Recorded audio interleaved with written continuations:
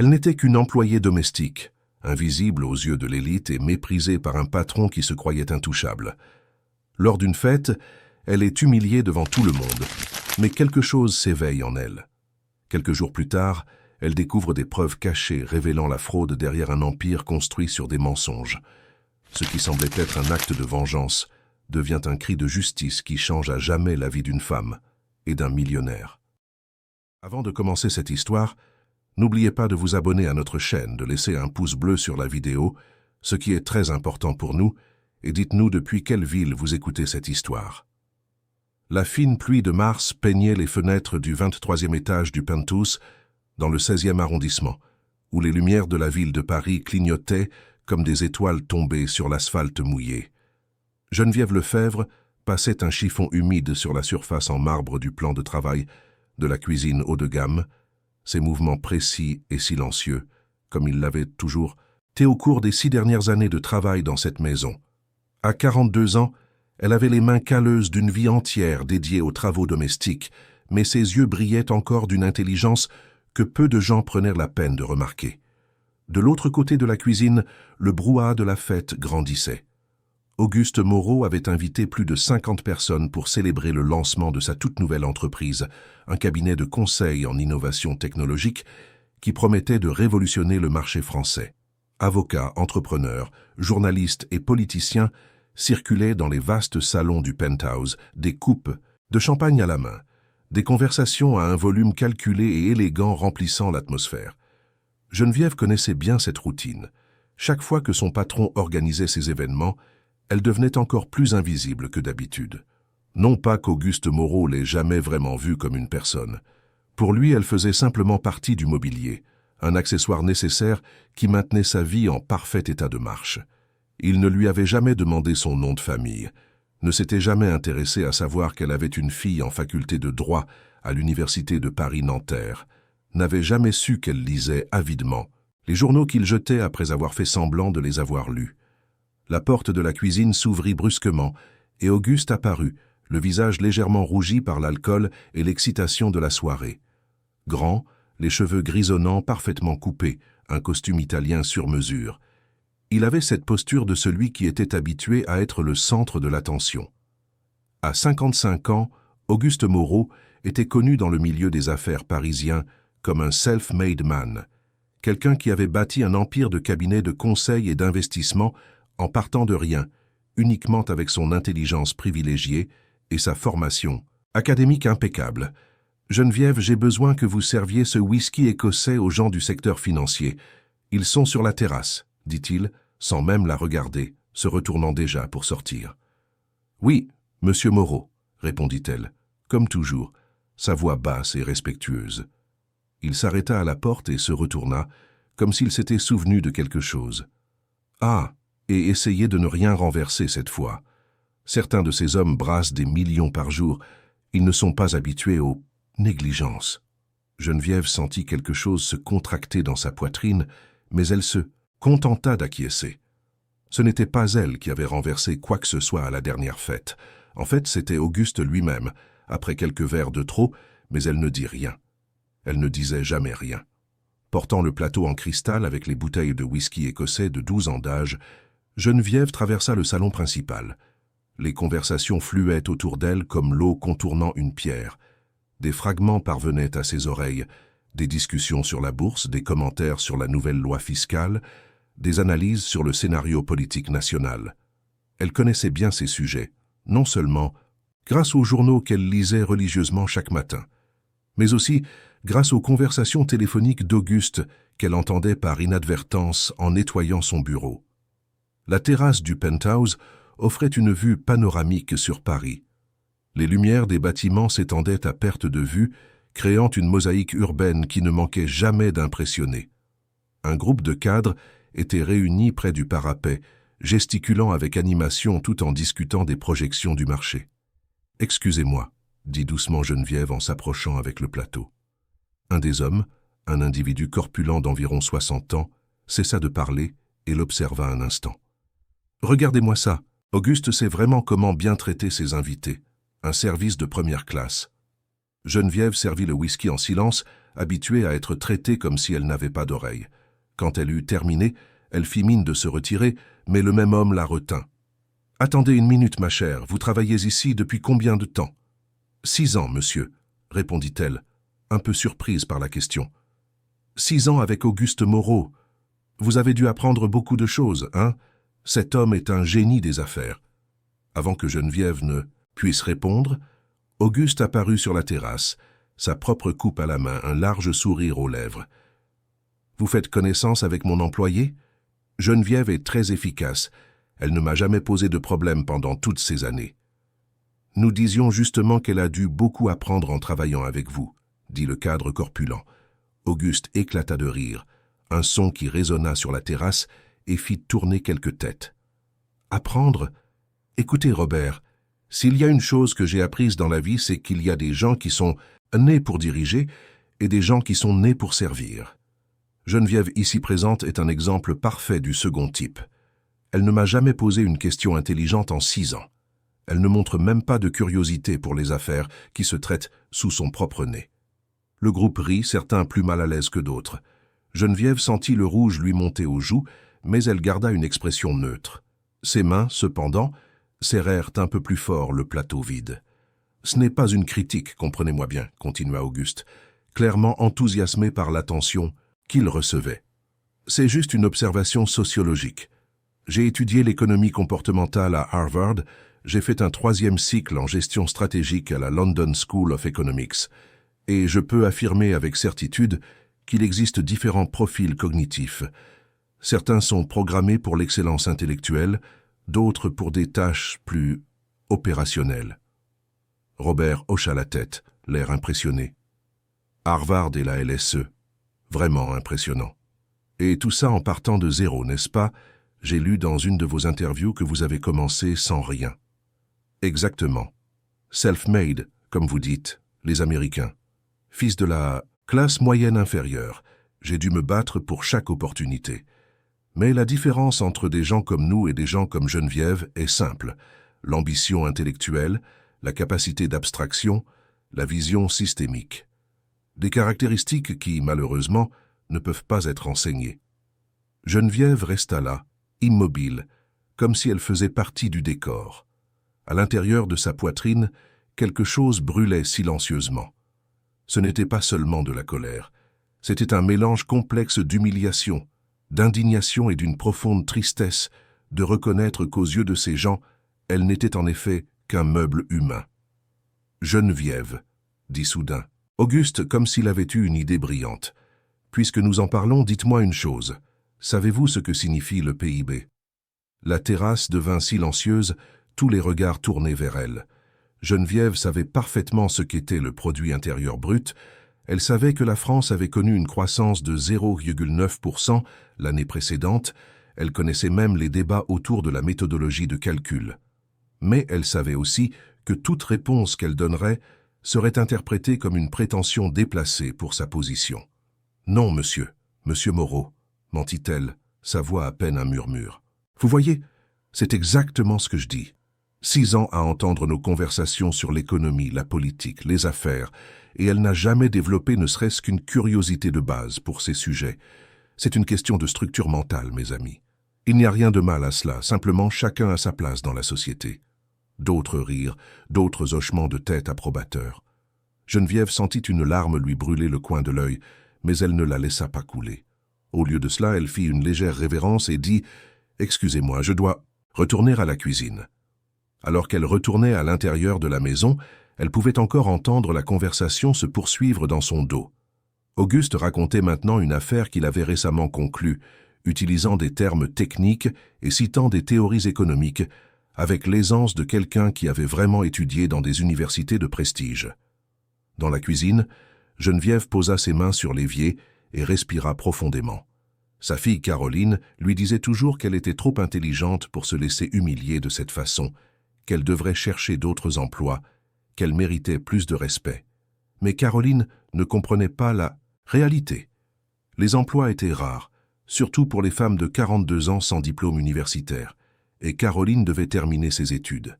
C'était le rêve de la vie de Geneviève, de voir sa fille diplômée, de la voir atteindre des sommets qu'elle-même n'aurait jamais pu atteindre.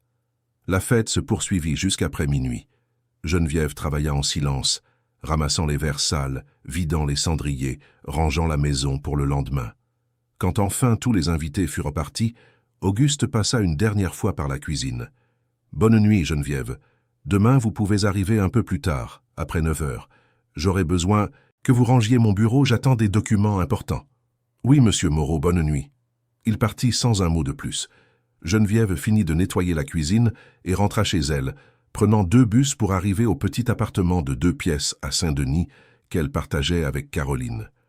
Sa fille était dans le salon, en train de réviser pour un examen de droit constitutionnel, des livres éparpillés sur la table à manger. « Salut maman, comment était la fête ?» Geneviève s'assit sur le canapé, en levant ses chaussures douloureuses. C'était bien, beaucoup de gens importants. Caroline la regarda attentivement. Elle connaissait bien les signes lorsque sa mère revenait plus silencieuse que d'habitude. Il a encore été grossier? Pas plus que d'habitude.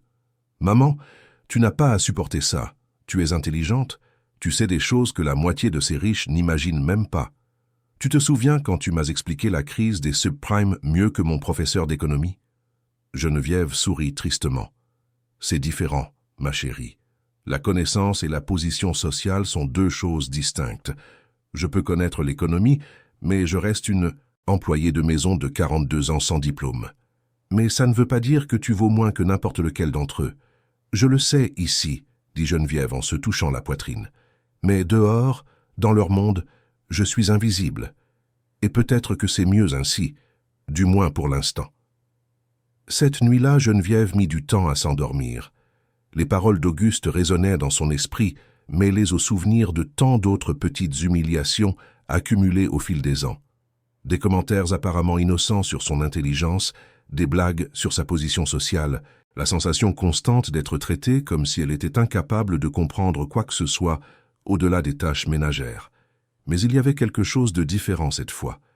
L'humiliation en public, devant tant de gens, avait planté une graine inconfortable dans sa poitrine. Pour la première fois en 6 ans, Geneviève Lefebvre s'endormit en pensant que peut-être, juste peut-être, viendrait le jour où elle ne serait plus invisible. Et quand ce jour viendrait, Auguste Moreau découvrirait qu'il avait complètement sous-estimé la femme qui nettoyait sa maison, qui connaissait ses horaires, ses habitudes, ses faiblesses, et qui avait accès à chaque recoin de sa vie privée. Geneviève n'imaginait pas encore ce que le destin réservait pour les jours à venir, mais quelque chose avait changé cette nuit-là. La graine de la justice, une fois plantée, a l'habitude de pousser en terrain fertile, et le cœur de Geneviève Lefebvre, après tant d'années d'injustice silencieuse, était le terrain le plus fertile qui soit. 3 jours s'étaient écoulés depuis la fête, et Geneviève sentait encore le goût amer de cette humiliation collée à sa gorge. Elle était arrivée à l'appartement ce jeudi matin avec une humeur différente, plus introspective, portant sur son dos le poids de mots qu'elle ne parvenait pas à oublier. Caroline avait remarqué le changement chez sa mère, avait essayé de discuter, mais Geneviève avait préféré garder pour elle ce qui s'était passé sur la terrasse. Elle ne voulait pas que sa fille s'inquiète, plus qu'elle ne le faisait déjà. La routine de la maison restait la même, comme toujours. Auguste était parti tôt pour une réunion dans le centre de Paris, laissant des instructions spécifiques pour qu'elle range son bureau. « J'attends des documents importants cet après-midi », avait-il dit, sans lever les yeux du journal qu'il faisait, semblant de lire pendant le petit déjeuner. Geneviève savait qu'il ne faisait que feuilleter les pages, ne s'arrêtant que dans les sections économie et politique pour mémoriser quelques chiffres qu'il répéterait dans des conversations ultérieures, feignant d'être toujours au courant des événements du pays. Le bureau d'Auguste occupait l'une des pièces les plus spacieuses du penthouse, avec 2 immenses fenêtres offrant une vue sur la tour Eiffel. Les murs étaient tapissés de bibliothèques en acajou remplies de livres que, Geneviève le soupçonnait, il n'avait jamais vraiment lus. Des traités d'économie, des biographies d'entrepreneurs célèbres, des ouvrages sur le leadership et la stratégie d'entreprise. Tous parfaitement alignés, sans un pli sur les pages, sans annotation ni post-it indiquant une utilisation réelle. C'était un décor monté pour impressionner les visiteurs et les clients. Geneviève commença par le bureau, une pièce imposante en bois massif sur laquelle s'étalèrent des papiers, des rapports et 2 écrans d'ordinateur. Elle organisa les documents en piles séparées, comme elle avait appris à le faire au fil des ans. Contrats à gauche, correspondance au centre, rapports financiers à droite. Auguste était méticuleux dans son organisation, bien que Geneviève soupçonna que cette méticulosité servait plus à maintenir les apparences qu'à un réel besoin de contrôle. Alors qu'elle passait l'aspirateur sur le tapis persan qui couvrait le centre du bureau, son regard s'arrêta sur quelque chose qui l'intrigua. Un des tableaux, au mur, une reproduction coûteuse d'un Van Gogh, était légèrement de travers. Pas beaucoup, peut-être 2 ou 3 degrés seulement, mais assez pour attirer son attention. Geneviève connaissait chaque centimètre de cette maison, savait exactement comment chaque objet devait être positionné. Auguste ne permettrait jamais qu'un tableau soit désaligné, surtout pas celui-là, qui avait coûté plus que son salaire annuel. Elle s'approcha du mur et redressa soigneusement le cadre, doré. C'est alors qu'elle remarqua quelque chose d'étrange. Il y avait un petit levier discret dans la partie inférieure du cadre, presque imperceptible parmi les détails ornementaux. Curieuse, elle toucha légèrement le mécanisme et entendit un léger déclic. Le tableau se déplaça, révélant un petit coffre-fort encastré dans le mur. Le cœur de Geneviève s'accéléra. En 6 ans de travail dans cette maison, elle n'avait jamais vu ce coffre-fort. La porte métallique était entr'ouverte, comme si quelqu'un était parti précipitamment et avait oublié de la fermer complètement. Elle regarda vers la porte du bureau, vérifiant qu'elle était seule, puis reporta son attention sur l'ouverture sombre devant elle. À l'intérieur du coffre-fort se trouvait une mallette en cuir marron et quelques enveloppes jaunies par le temps. Geneviève hésita un instant. Elle savait qu'elle violait l'intimité de son patron, trahissant une confiance qui, bien qu'unilatérale, existait depuis 6 ans. Mais quelque chose de plus fort que sa conscience professionnelle la poussait à avancer. Peut-être était-ce le souvenir récent de l'humiliation, peut-être une intuition inexplicable qu'il y avait quelque chose d'important à l'intérieur.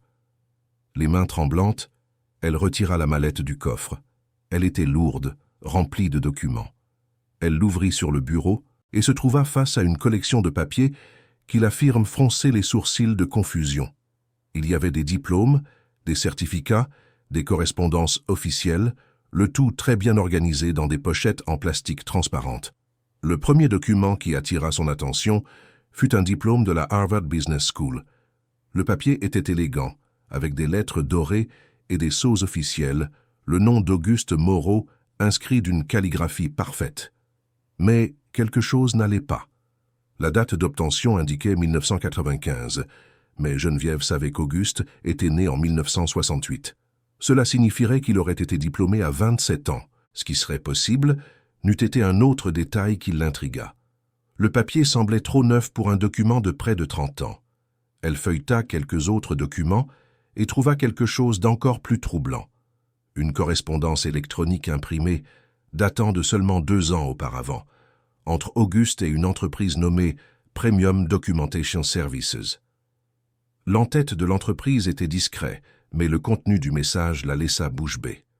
« Cher Monsieur Moreau, » disait l'email, « comme demandé, nous vous envoyons le duplicata de votre diplôme de la Harvard Business School avec les modifications de la date d'obtention que vous avez requise. Le montant supplémentaire de 3 000 € pour la modification a déjà été débité de votre compte. Nous vous rappelons que nos documents sont fabriqués avec des matériaux de première qualité et des techniques qui garantissent une authenticité visuelle, mais nous recommandons la discrétion dans leur utilisation, conformément à notre contrat de prestation de service. » Geneviève lut le message 3 fois avant de pouvoir traiter complètement ce qu'elle voyait. Auguste Moreau, l'homme qui l'avait humilié publiquement en parlant de structure mentale et de capacité intellectuelle, avait acheté un faux diplôme de l'université la plus prestigieuse du monde. Elle continua à fouiller dans les documents et trouva d'autres correspondances similaires, une avec une autre entreprise, négociant la confection d'un certificat de 3e cycle de la London School of Economics, une autre discutant de la création de documents prouvant un cours de formation continue à l'Université de Chicago, toutes avec des montants astronomiques, toutes avec le même ton commercial froid et calculé. Mais il n'y avait pas que de faux diplômes. Il y avait aussi des emails qui révélaient d'autres facettes de la malhonnêteté d'Auguste. des messages échangés avec d'anciens associés l'accusant de voler des idées et des projets. Une longue conversation avec un avocat sur la manière de cacher le fait que sa première entreprise avait été fondée avec l'argent hérité d'un oncle riche, contredisant complètement le récit du self-made man qu'il vendait aux médias. Un dossier séparé contenait des documents encore plus compromettants, des projets de conseil qu'il avait vendus comme ses propres créations, mais qui avaient en réalité été développés par une équipe de jeunes diplômés qui avaient travaillé pour lui des années auparavant. Les emails montraient comment il s'était systématiquement approprié le travail intellectuel de ses subordonnés, déposant des brevets et des droits d'auteur en son propre nom. Geneviève s'assit dans le fauteuil en cuir derrière le bureau, tenant toujours les documents. Ses mains tremblaient, non pas de peur, mais d'un mélange complexe d'indignation et d'incrédulité. L'homme qui l'avait ridiculisé pour son prétendu manque de curiosité intellectuelle, qui avait parlé de profils cognitifs différents et de structures mentales supérieures, était une imposture complète. Chaque mot qu'il avait prononcé sur la méritocratie, chaque théorie qu'il avait citée sur le leadership naturel, chaque commentaire condescendant sur l'intelligence, tout était mensonge. Plus que cela, toute la base de son succès, tout l'empire commercial qu'il avait construit, était fondé sur la fraude, le vol intellectuel et des héritages cachés. Le self-made man était en réalité un héritier menteur qui avait acheté sa crédibilité et volé le travail de personnes vraiment talentueuses. Geneviève photographia certains des documents les plus compromettants avec son téléphone portable. Une décision qu'elle prit instinctivement, sans trop penser aux conséquences. Quelque chose en elle savait que ces informations étaient importantes, qu'elles ne pouvaient pas simplement être ignorées et oubliées. Alors qu'elle rangeait soigneusement les papiers dans la mallette, exactement comme elle les avait trouvés, elle entendit le bruit de la clé dans la serrure de la porte d'entrée. Auguste était rentré plus tôt que prévu. Avec des mouvements rapides mais silencieux, elle remit la mallette dans le coffre, ferma la porte métallique et repositionna le tableau. Son cœur battait si fort qu'elle était sûre qu'il pouvait l'entendre depuis le couloir. Quand Auguste entra dans le bureau quelques minutes plus tard, il trouva Geneviève en train de passer un chiffon sur les livres de la bibliothèque, apparemment absorbée par sa routine de nettoyage. « Vous avez déjà terminé ici ?» demanda-t-il en jetant sa veste sur une chaise. « Presque terminé, monsieur Moreau. Il ne reste plus qu'à ranger les livres. » Il se dirigea vers le bureau et vérifia si les papiers étaient organisés selon ses instructions. Geneviève l'observa discrètement, tandis qu'il regardait en direction du tableau sur le mur. Un instant, il parut hésiter, comme si quelque chose était différent, mais il ne parvint pas à identifier quoi. « Les documents que j'attendais sont arrivés ?» demanda-t-il. « Non, monsieur, aucun courrier n'est arrivé aujourd'hui. » Auguste hocha la tête et alluma l'ordinateur. Geneviève termina son nettoyage en silence et se dirigea vers la porte. « Geneviève » l'appela-t-il alors qu'elle sortait déjà. « Ce soir, j'ai un dîner important ici. J'ai besoin que vous dressiez la table de cérémonie avec la belle porcelaine. Ce sont des investisseurs internationaux, des gens très influents. »« Oui, monsieur, je vais tout préparer. »« Et Geneviève, » ajouta-t-il sans lever les yeux de l'écran de l'ordinateur, « mettez quelque chose de plus présentable ce soir.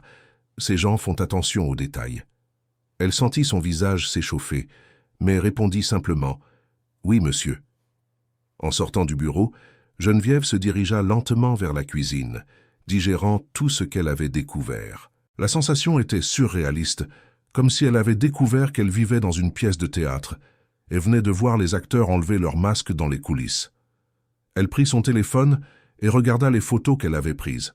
Là se trouvaient les preuves qu'Auguste Moreau, l'homme d'affaires à succès, le conférencier motivateur, le symbole de la méritocratie française, était une imposture complète. Mais que faire de ces informations? À qui les confier? Et quelles en seraient les conséquences? Elle se souvint de la conversation avec Caroline la veille, lorsque sa fille lui avait une fois de plus suggéré de chercher un autre emploi. « Maman, tu vaux plus que tu ne le penses », avait dit Caroline. « Un jour tu le découvriras et tu surprendras beaucoup de monde. » Peut-être que ce jour était arrivé plus tôt que l'une ou l'autre ne l'imaginait. En fin d'après-midi, Geneviève prépara la maison pour le dîner. Elle étendit la nappe en lin blanc sur la table à manger, disposa la porcelaine française avec soin, polit les couverts en argent jusqu'à ce qu'ils brillent comme des miroirs. Elle prépara le menu qu'Auguste avait demandé. Entrée de saumon fumé, plat principal d'agneau en sauce au vin rouge, dessert de petits gâteaux au chocolat. Elle enfila sa meilleure tenue noire, celle qu'elle réservait aux occasions spéciales, mit du rouge à lèvres et attacha ses cheveux en un chignon élégant. Quand elle se regarda dans le miroir de la salle de bain de service, elle ne reconnut pas un instant la femme qui la fixait. Il y avait quelque chose de différent dans ses yeux, une détermination qu'elle n'avait pas vue depuis des années. Les invités commencèrent à arriver à 20 heures. Ils étaient 6, parlant tous un mélange d'anglais et de français, gesticulant avec l'aisance de ceux qui avaient l'habitude de conclure des affaires de plusieurs millions. Geneviève servit les boissons et les apéritifs, se déplaçant dans le salon avec son invisibilité habituelle. Pendant le dîner, elle resta dans la cuisine, préparant les plats et organisant le service. Mais cette fois, contrairement à toutes les autres occasions, elle prêta une réelle attention aux conversations qui venaient du salon. Auguste était dans sa performance habituelle, racontant des histoires sur son parcours académique, citant des professeurs célèbres qu'il avait prétendument connus à Harvard, mentionnant des travaux de recherche qu'il affirmait avoir développés pendant son 3e cycle à Londres. « Ma thèse sur les marchés émergents était pionnière à l'époque », l'entendit-elle dire. Le professeur Williams, qui était une sommité en économie comportementale, a dit que c'était le travail le plus innovant qu'il avait lu en 10 ans de carrière. L'un des investisseurs posa une question technique sur la méthodologie de la recherche et Auguste répondit avec une fluidité impressionnante, citant des auteurs, des théories et des données statistiques, avec la précision de quelqu'un qui maîtrisait vraiment le sujet. Geneviève fronça les sourcils. Comment pouvait-il parler de ces sujets avec une telle assurance si ses diplômes étaient faux? Serait-il possible que, malgré la documentation frauduleuse, il ait réellement étudié ces sujets par lui-même? La réponse vint lorsqu'un des invités mentionna un livre récent sur l'innovation financière. Auguste commença immédiatement à commenter l'ouvrage, faisant l'éloge de l'auteur et citant des passages spécifiques.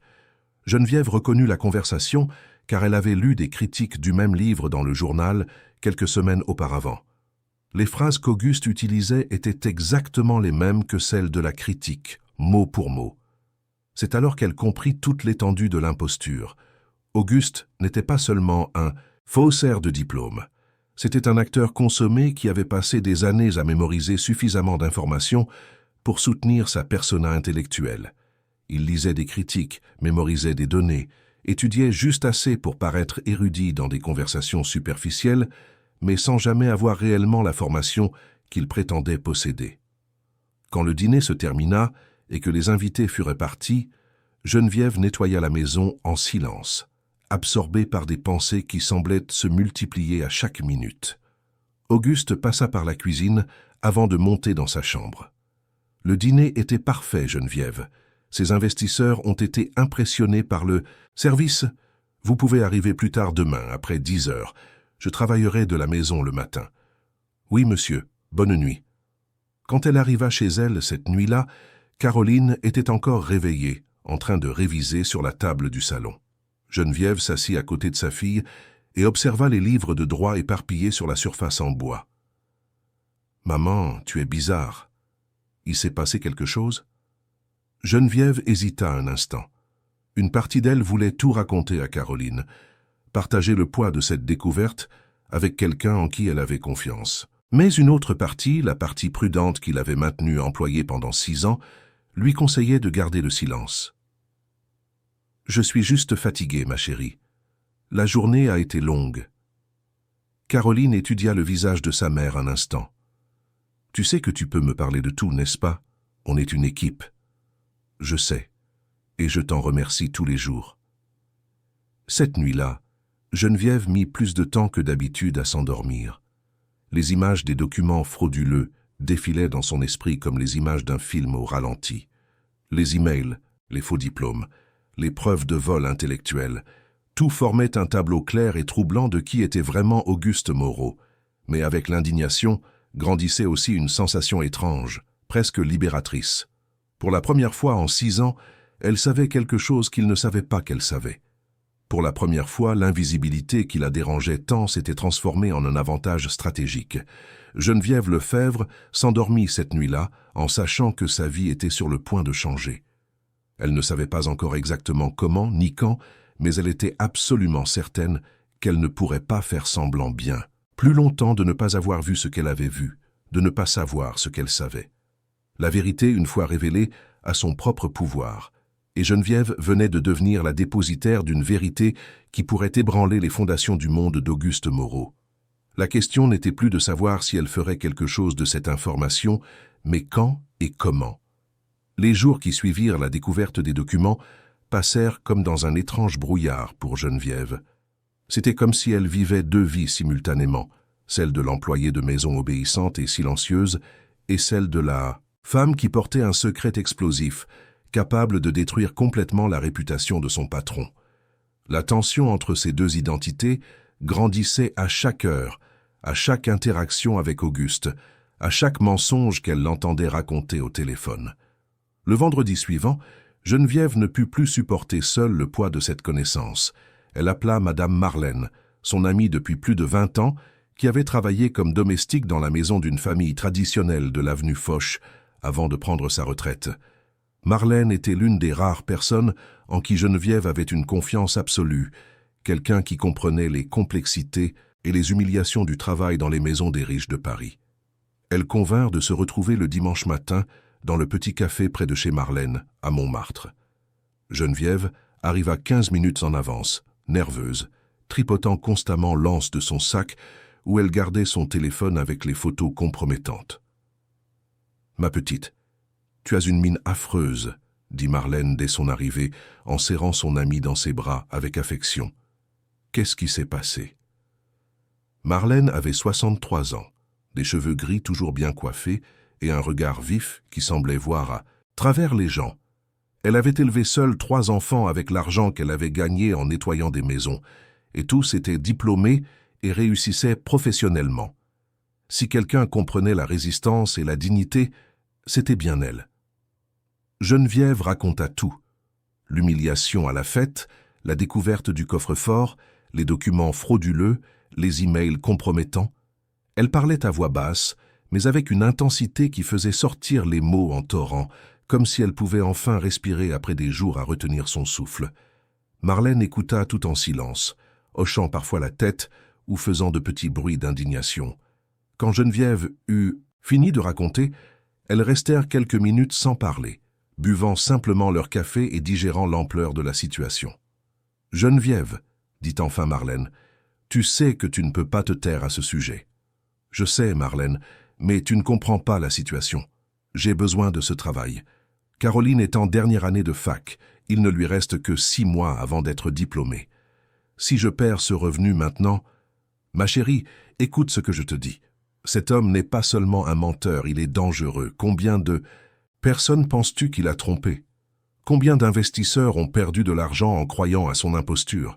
Combien d'employés talentueux se sont fait voler leurs idées? Geneviève regarda par la fenêtre du café, voyant les gens passer dans la rue. Des familles se promenant tranquillement en ce dimanche matin, sans imaginer que là, à cette petite table en bois, 2 femmes discutaient de justice et de courage. « Mais que puis-je faire, Marlène? Qui va me croire? Une employée de maison contre un homme d'affaires millionnaire. Ils diront que j'ai tout inventé, que j'ai volé les documents, que j'essaie de le faire chanter. »« Pas si tu t'y prends bien, » répondit Marlène en se penchant en avant. « Tu as les photos, tu as les preuves. Et tu sais quoi?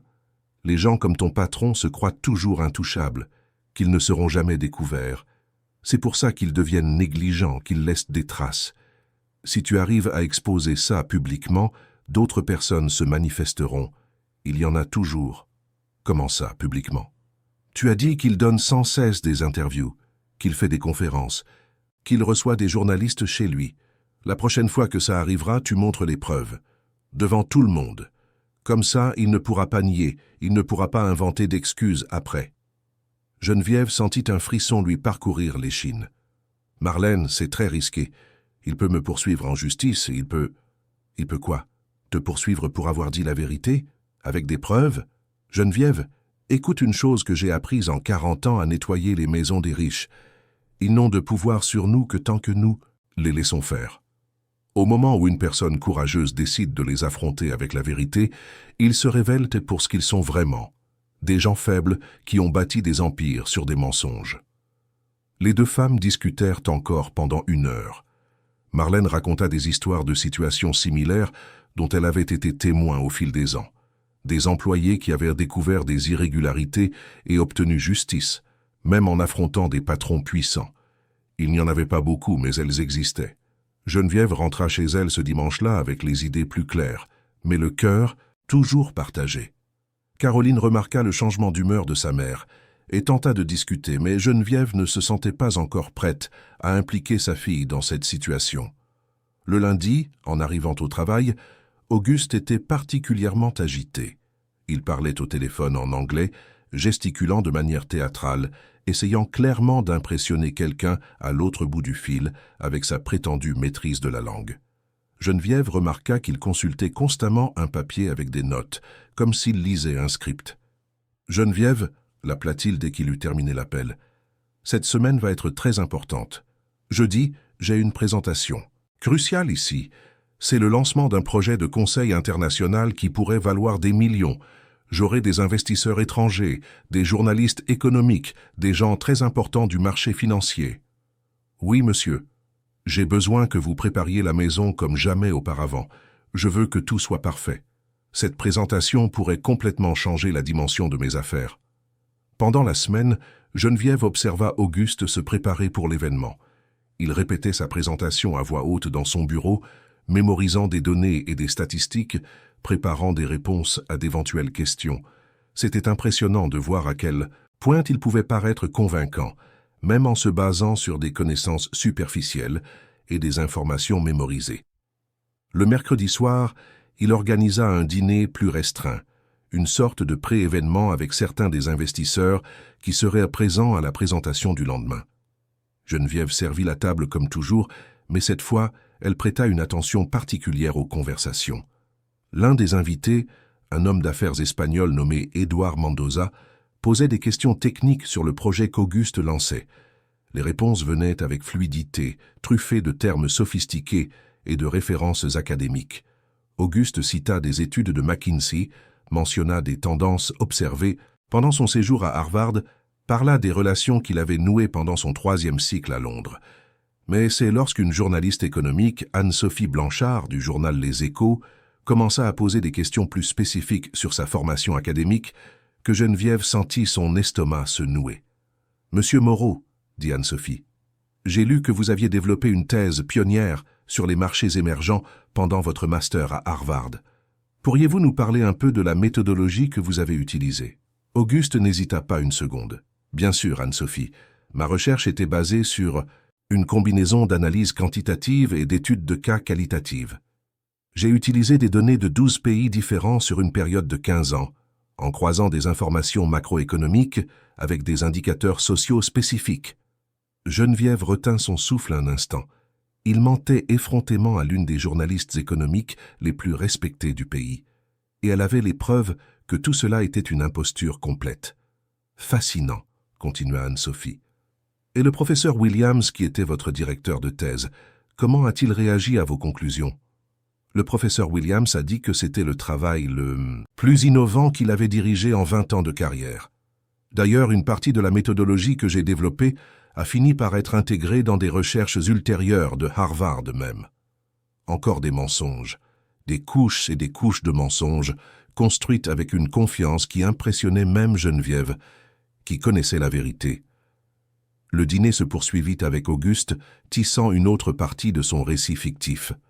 Il parla de conférences internationales où il avait présenté des articles d'invitation à enseigner dans des universités européennes qu'il avait refusées pour se consacrer à ses affaires en France, de reconnaissances académiques, ce qu'il avait reçu. Mais c'est à la fin de la soirée qu'il se passa quelque chose qui fit prendre à Geneviève sa décision finale. Édouard Mendoza, légèrement éméché par le vin, fit un commentaire apparemment innocent. « Auguste, vous devez avoir une employée très efficace pour maintenir cette maison toujours impeccable. »« Ah oui, » répondit Auguste en souriant largement. « Geneviève travaille ici depuis 6 ans. Elle est très fiable, ne m'a jamais posé de problème. Bien sûr, elle a ses limites, comme toute personne de sa classe sociale, mais dans la mesure de ce qu'on peut attendre, elle fait un travail satisfaisant. Anne-Sophie parut mal à l'aise avec ce commentaire. Comment ça, des limites de classe sociale? Ce n'est pas du préjugé, Anne-Sophie, c'est juste du réalisme sociologique. J'ai beaucoup étudié cela pendant ma formation. Il y a des gens qui naissent avec des aptitudes intellectuelles pour le leadership et l'innovation, et d'autres qui sont plus adaptés à des fonctions opérationnelles. Geneviève, ici, par exemple, n'a jamais montré de curiosité pour l'économie, la politique ou les affaires, même en côtoyant ces discussions quotidiennement. C'est une question de profil cognitif. Édouard. Rite, c'est vrai. Mon employée est pareil. 5 ans à travailler pour moi et elle ne m'a jamais posé une question intelligente. Exactement. Geneviève, en 6 ans, ne m'a jamais posé une question qui démontrait un réel intérêt intellectuel. C'est comme si elle n'avait pas la capacité de comprendre la complexité de ce qui se passe autour d'elle. Geneviève, qui était en train de débarrasser les assiettes du dessert, sentit le sang lui monter à la tête. Ce n'était pas seulement l'humiliation personnelle qui la dérangeait cette fois, c'était l'arrogance hypocrite d'un homme qui savait être une imposture complète, parlant de supériorité intellectuelle. Anne-Sophie était clairement mal à l'aise avec la tournure de la conversation. Eh bien, je pense que chaque personne a ses qualités et ses potentiels uniques, indépendamment de sa position sociale. Bien sûr, acquiesça rapidement Auguste, réalisant qu'il était allé trop loin. Je ne remets pas en question la valeur humaine, j'observe simplement des différences cognitives naturelles. C'est de la sociologie de base. Quand les invités furent partis et que Geneviève eut fini de ranger la cuisine, elle sut qu'elle ne pourrait pas dormir cette nuit-là. Les paroles d'Auguste résonnaient dans son esprit, mêlées aux images des documents frauduleux qu'elle avait photographiés. Elle arriva chez elle après minuit et trouva Caroline encore réveillée, en train de réviser pour ses examens finaux. « Maman, ça va? On dirait que tu as vu un fantôme. » Geneviève s'assit à côté de sa fille et décida finalement de tout lui raconter. Caroline écouta l'histoire complète en silence, ses yeux s'écarquillant à mesure que les détails s'accumulaient. « Maman, » dit Caroline quand elle eut terminé, « tu dois dénoncer cet homme. Ce n'est pas seulement une question de justice personnelle, c'est une question d'éthique. Il trompe des investisseurs, vole le travail d'autres personnes, construit toute une carrière sur des mensonges. Mais si ça tourne mal, si personne ne me croit, et si ça marche, et si ton courage inspire d'autres personnes qui vivent la même situation, maman, tu m'as toujours appris à faire ce qui est juste, même quand c'est difficile. Maintenant, c'est à ton tour de suivre tes propres enseignements. » Caroline prit les mains de sa mère entre les siennes. « En plus, je suis diplômée dans 2 mois. J'ai déjà trouvé un stage dans un cabinet d'avocat. On s'en sortira financièrement même si tu perds ce travail. » Cette nuit-là, Geneviève prit sa décision. Le lendemain matin, jeudi, serait le jour de la grande présentation d'Auguste. Et ce serait aussi le jour où elle cesserait d'être invisible. Elle arriva au Penthouse à 8 heures du matin, 2 heures plus tôt que d'habitude. Auguste dormait encore. Elle en profita pour vérifier à nouveau les photos sur son téléphone, s'assurant qu'elles étaient toutes nettes et lisibles. Puis, elle commença à préparer la maison pour l'événement. À Pau. 10 heures, les techniciens commencèrent à arriver pour installer l'équipement de présentation dans le salon principal. Écran de projection, système de son, éclairage spécial. Auguste apparut, impeccablement vêtu, vérifiant chaque détail de l'installation. « Geneviève, » l'appela-t-il, « les invités commencent à arriver à midi. Je veux que vous serviez un cocktail de bienvenue sur la terrasse, puis tout le monde viendra au salon pour la présentation. Vous serez chargé de servir de l'eau et du café pendant la réunion. »« Oui, monsieur. » Les invités commencèrent à arriver ponctuellement. Geneviève reconnut Anne-Sophie Blanchard, la journaliste de la veille, et Édouard Mendoza, l'investisseur espagnol. Il y avait aussi d'autres personnalités qu'elle reconnaissait des pages économiques des journaux, des directeurs de banque, des fondateurs de start-up, des cadres de multinationales. Pendant le cocktail sur la terrasse, Geneviève servit boissons et canapés en silence, comme toujours. Mais cette fois, elle prêtait attention à chaque mot des conversations. Auguste était dans son élément, circulant entre les groupes, racontant des anecdotes sur son époque d'étudiant à Harvard, mentionnant des professeurs célèbres qu'il prétendait avoir connus, citant des recherches qu'il n'avait jamais faites. À 13 heures, tout le monde se dirigea vers le salon principal. Auguste prit sa place devant l'écran de projection, une télécommande à la main, souriant avec la confiance de celui qui était sur le point de conclure l'affaire de sa vie. « Mesdames et messieurs, commença-t-il, c'est avec un grand plaisir que je vous présente aujourd'hui un projet qui représente l'aboutissement d'années de recherche et de développement. Comme beaucoup d'entre vous le savent, ma formation académique à Harvard et à la London School of Economics m'a donné une perspective unique sur les marchés émergents et l'innovation technologique. » Geneviève se tenait près de la porte, tenant un plateau avec des verres d'eau. Son cœur battait si fort qu'elle pouvait l'entendre dans ses propres oreilles. Ses mains étaient moites, mais sa décision était prise. Auguste continua sa présentation pendant encore 15 minutes, parlant de méthodologies innovantes, citant des études académiques, mentionnant des relations internationales. L'audience était clairement impressionnée, prenant des notes, échangeant des regards approbateurs. C'est lorsqu'il dit « Comme je le dis toujours, le vrai leadership vient de la combinaison d'une formation solide et d'une intégrité absolue », que Geneviève fit un pas en avant. « Excusez-moi », dit-elle, sa voix coupant le silence du salon. Toutes les têtes se tournèrent dans sa direction. Auguste s'arrêta au milieu de sa phrase, clairement irrité par l'interruption. « Geneviève, ce n'est pas le moment de servir de l'eau. Après, vous... » « Monsieur Moreau, dit-elle, sa voix plus ferme maintenant, je dois vous parler d'intégrité. » Le silence dans le salon devint absolu. Geneviève se dirigea vers la table où se trouvait l'équipement de projection, connecta son téléphone au système et regarda directement Auguste. « Mesdames et messieurs, dit-elle, vous méritez de connaître la vérité sur l'homme qui sollicite vos investissements. » Et puis, une par une, les preuves commencèrent à apparaître à l'écran. Les emails sur l'achat de faux diplômes, les certificats frauduleux de Harvard et de la LSE, les correspondances sur le vol de propriété intellectuelle, les documents prouvant l'héritage caché. Le salon explosa en murmures choqués. Anne-Sophie commença à photographier les images à l'écran avec son téléphone. Édouard Mendoza se leva de sa chaise, l'expression incrédule. Auguste tenta d'éteindre l'équipement, mais Geneviève en avait déjà montré assez. La vérité était exposée devant 50 des personnes les plus influentes du marché financier parisien. « Ce sont des mensonges !» cria Auguste. « Des documents falsifiés. Cette femme essaie de me faire chanter. » Mais il était trop tard. L'empire de mensonges s'était effondré sous les yeux de tous, et Geneviève Lefebvre, l'employée de Maison Invisible, avait enfin trouvé sa voie. Le silence qui suivit l'exposition des preuves ne dura que quelques secondes, mais parut une éternité à Geneviève. 50 pères Dieu la fixaient, certains avec stupeur, d'autres avec admiration, beaucoup traitant encore ceux dont ils venèrent d'être témoins. Auguste restait figé devant l'écran, le visage rouge de colère et d'humiliation, les mains tremblant visiblement. « Sécurité !» cria-t-il, tentant de reprendre le contrôle de la situation. « Appelez la police. Cette femme a violé ma vie privée, volé des documents confidentiels. » Mais il n'y avait pas de sécurité à appeler.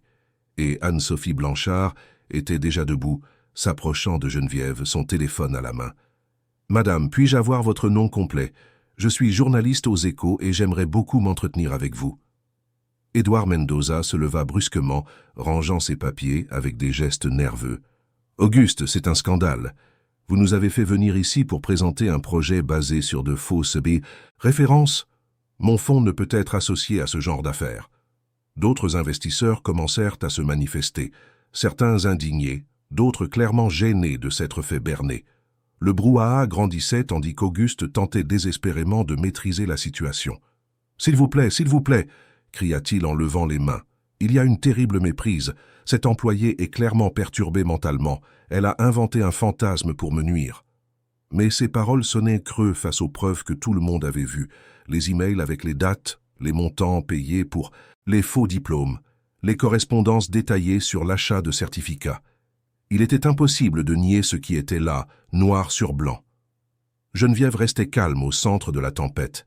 Pour la première fois en 6 ans, elle se sentait complètement visible, complètement présente. Elle n'était plus l'employée invisible qui nettoyait en silence.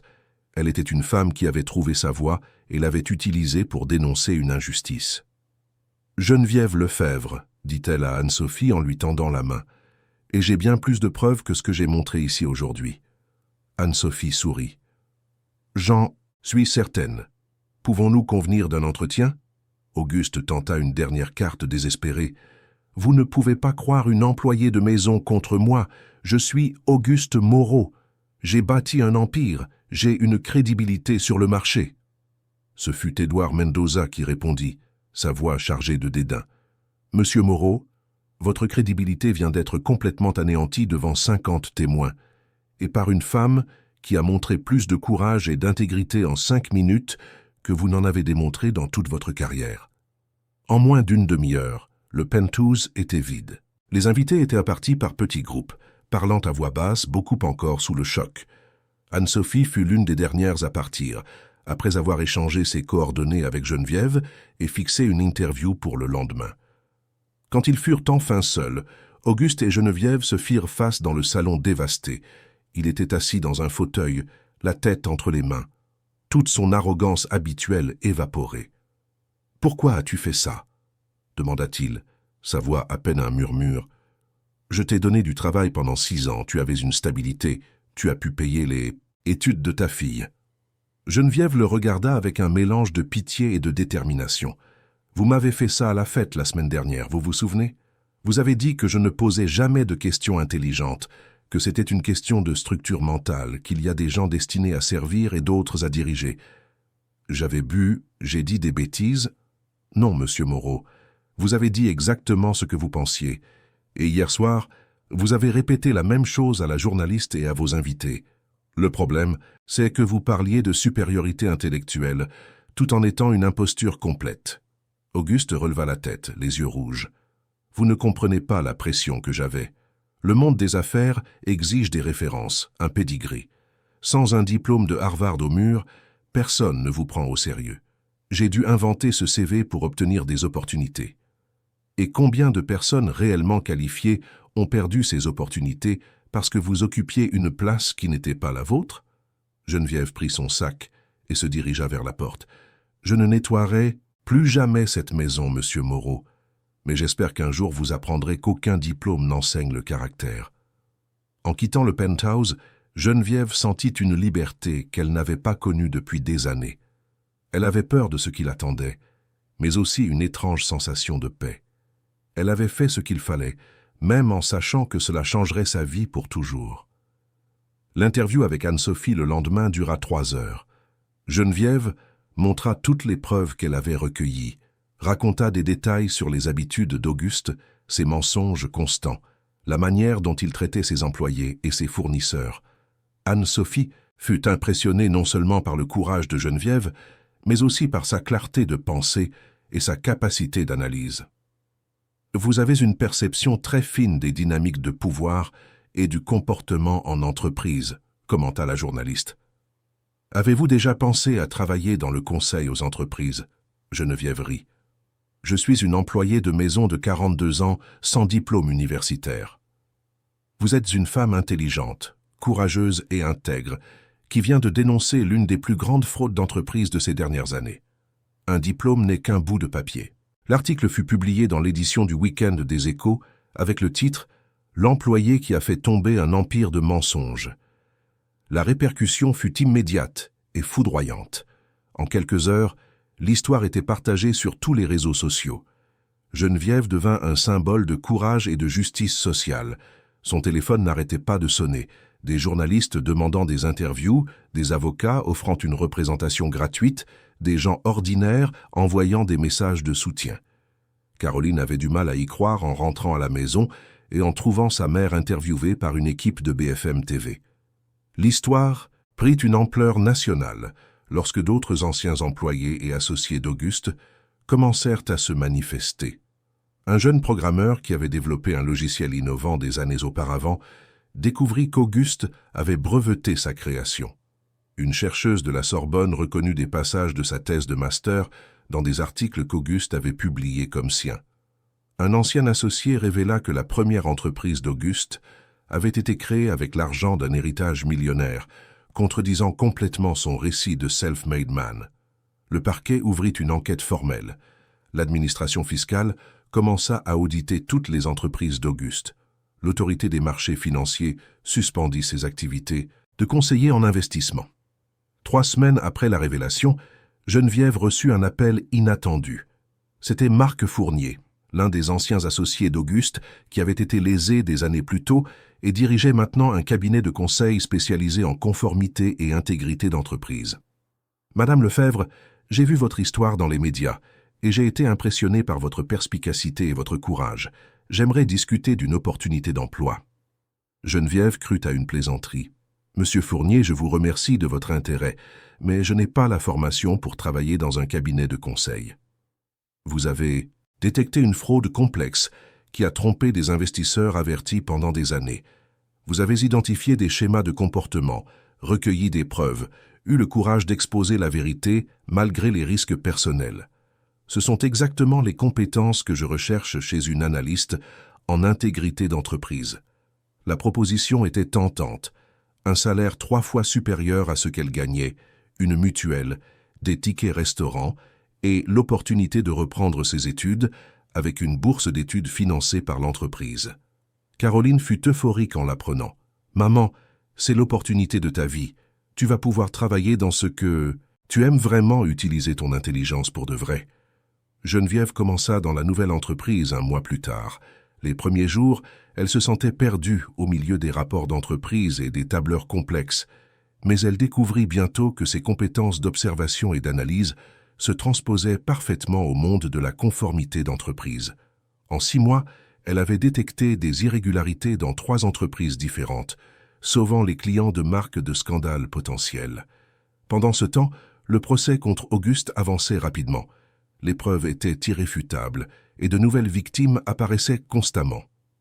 Il fut mis en examen pour faux et usage de faux, escroquerie, abus de confiance et association de malfaiteurs. Le procès eut lieu 1 an et demi après la révélation. Geneviève fut appelée comme témoin principal. En entrant dans le tribunal, elle vit Auguste pour la première fois depuis ce jour aux pentouses. Il était visiblement abattu, le visage amaigri et les cheveux gris en désordre. Toute son arrogance passée avait disparu. Pendant son témoignage, Geneviève parla avec clarté et précision de tout ce qu'elle avait observé pendant 6 ans. Elle décrivit les habitudes d'Auguste, ses mensonges constants, la manière dont il avait méthodiquement construit sa fausse persona. Le procureur la traita avec respect, et même l'avocat de la défense semblait impressionné par son articulation et sa connaissance des faits. Quand elle eut fini de parler, Geneviève regarda directement Auguste. Il la fixa quelques secondes, et elle vit quelque chose qu'elle n'avait jamais vu auparavant dans ses yeux, la reconnaissance. Pour la première fois, il la voyait vraiment comme une personne. Auguste fut condamné à 8 ans de prison. Ses entreprises furent fermées, ses biens confisqués pour dédommager les victimes. La sentence fit écho dans les médias comme un exemple que la justice peut être rendue, même lorsque les victimes sont des gens simples face aux puissants. 2 ans après le début de tout cela, Geneviève était méconnaissable. Elle avait obtenu son baccalauréat grâce à un programme d'éducation pour adultes, avait commencé une licence en administration dans une école de commerce privée avec une bourse complète et avait été promue superviseur dans l'entreprise de Marc. Caroline avait obtenu son diplôme de droit avec mention et avait décroché un poste au parquet, directement influencée par l'histoire courageuse de sa mère. Les 2 femmes avaient déménagé dans un appartement plus grand à Montmartre, près du travail de Geneviève. Un vendredi après-midi, Geneviève reçut un message inattendu. C'était une demande de visite d'Auguste qui purgeait sa peine au centre pénitentiaire de Fresnes. Après avoir réfléchi quelques jours, elle décida d'accepter. La rencontre eut lieu dans une petite salle froide de la prison. Auguste était plus mince, les cheveux complètement gris, vêtu de l'uniforme des détenus. Quand il la vit, ses yeux s'emplirent de larmes. « Geneviève, dit-il, la voix étranglée, je devais vous demander pardon. » Elle l'écouta en silence pendant qu'il parlait des années passées à réfléchir en prison, de la façon dont il avait perdu de vue qui il était vraiment, de la spirale de mensonges qu'il avait créée pour soutenir une fausse image.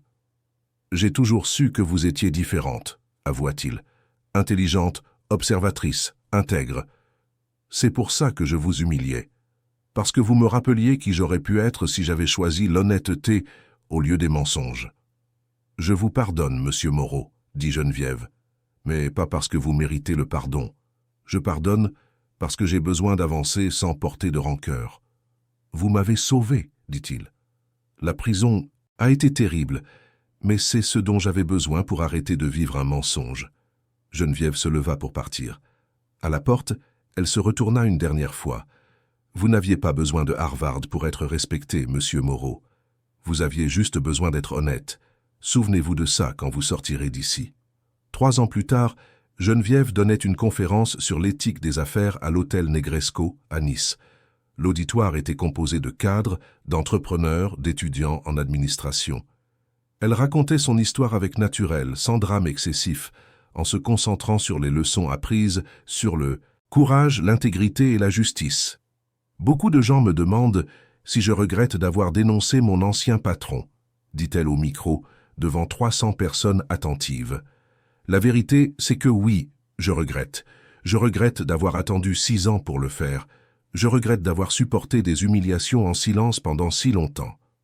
Elle fit une pause, regardant le public. Mais j'ai appris qu'il n'est jamais trop tard pour trouver sa voie. J'ai appris qu'aucun diplôme n'enseigne le caractère, qu'aucune position sociale ne garantit une supériorité morale. J'ai appris que la véritable éducation vient du courage de toujours faire ce qui est juste, même quand c'est difficile. Le public se leva dans un tonnerre d'applaudissements. Au milieu de la foule, Geneviève vit Caroline, maintenant substitut du procureur, applaudissant avec fierté dans les yeux. Après la conférence, plusieurs personnes s'approchèrent pour discuter. Une jeune cadre lui raconta qu'elle avait décidé de dénoncer des irrégularités dans son entreprise après avoir entendu son histoire. Un étudiant universitaire dit que son histoire l'avait inspiré à ne jamais compromettre son intégrité par commodité. Geneviève retourna à Paris cette nuit-là, le cœur comblé. À 47 ans, elle avait trouvé sa raison d'être, utiliser son expérience pour inspirer d'autres personnes à avoir le courage d'affronter les injustices. Dans l'avion, en regardant les lumières de la ville en contrebas, elle réfléchit au parcours incroyable que sa vie avait pris. D'employée de maison invisible à conférencière reconnue, de victime silencieuse à symbole de courage. Tout avait commencé par une simple décision, ne plus accepter d'être humiliée. Caroline l'attendait à l'aéroport avec un bouquet de fleurs et un sourire fier. « Comment c'était, maman ?»« C'était transformateur, ma chérie. Chaque personne qui est venue me voir après la conférence m'a rappelé pourquoi ça valait la peine d'avoir eu du courage. » En traversant les rues de Paris cette nuit-là, mère et fille parlèrent de l'avenir. Geneviève écrivait un livre sur son expérience, avait été invitée à donner des conférences dans des universités et envisageait la possibilité d'ouvrir son propre cabinet de conseil en éthique des affaires. « Tu sais ce qui me rend le plus fier dans ton histoire, maman ?» dit Caroline en garant la voiture. « C'est que tu as prouvé que n'importe qui peut faire la différence, peu importe sa position ou sa formation. Il suffit d'avoir le courage de défendre ce qui est juste. » Geneviève sourit en regardant l'immeuble où elle vivait maintenant. Il était simple, mais c'était le leur, conquis par un travail honnête, construit sur une base solide d'intégrité et de courage. « Tu sais ce que j'ai appris, Caroline ? Que la véritable éducation, celle qui compte vraiment, ne vient pas des bancs des universités célèbres. Elle vient du courage de toujours choisir la vérité, même lorsque ce choix est difficile. Elle vient de la décision de ne jamais accepter l'injustice, même lorsque nous sommes petits et apparemment sans pouvoir. Elle vient de la certitude que notre dignité ne peut être négociée par commodité ou par peur. Cette nuit-là, avant de dormir, Geneviève ouvrit son ordinateur portable et continua d'écrire son livre. Le dernier chapitre était presque terminé, et elle savait exactement comment le conclure. Le courage n'est pas l'absence de peur, c'est la décision de faire ce qui est juste malgré la peur. C'est la certitude que notre intégrité vaut plus que notre sécurité. C'est la conviction qu'en fin de compte, nous ne sommes pas jugés par la position que nous occupons dans la société, mais par les choix que nous faisons quand personne ne regarde. Je n'étais qu'une employée de maison invisible, mais j'ai découvert que même les personnes invisibles peuvent changer le monde lorsqu'elles décident d'utiliser leur voix pour défendre la vérité. Et si j'ai réussi, n'importe qui peut réussir. Geneviève Lefebvre ferma l'ordinateur portable et regarda par la fenêtre de sa chambre. Dehors, Paris dormait, une ville de millions de personnes, beaucoup d'entre elles confrontées à leurs propres injustices, beaucoup d'entre elles ayant besoin de trouver leur propre courage. Elle sourit, sachant que son histoire pourrait inspirer au moins quelques-unes de ces personnes à ne jamais abandonner la lutte pour ce qui est juste. Parce qu'en fin de compte, c'est la seule chose qui compte vraiment. Avoir le courage d'être qui nous sommes vraiment, indépendamment des diplômes, des positions sociales ou des attentes des autres. La véritable supériorité, elle l'avait appris, vient de l'intégrité. Et cela, personne ne peut l'acheter, le voler ou le falsifier. Chers auditeurs, nous espérons que l'histoire de Geneviève Lefebvre a profondément touché votre cœur. Si vous avez été ému par le courage de cette femme extraordinaire qui a transformé son invisibilité en force, qui a choisi la vérité malgré les risques, laissez un pouce bleu sur cette vidéo et dites-nous dans les commentaires quel moment de l'histoire vous a le plus marqué. Abonnez-vous à notre chaîne, car chaque jour, nous vous proposons des histoires intenses comme celle-ci, qui révèlent le côté le plus courageux et le plus digne de l'âme humaine. Des histoires de gens ordinaires qui font des choix extraordinaires, qui nous rappellent que chacun de nous a le pouvoir de faire la différence dans le monde. Votre Geneviève intérieure n'attend que le bon moment pour trouver sa voie. Nous vous attendons au prochain épisode, avec une autre histoire qui va bouleverser vos émotions et inspirer votre vie.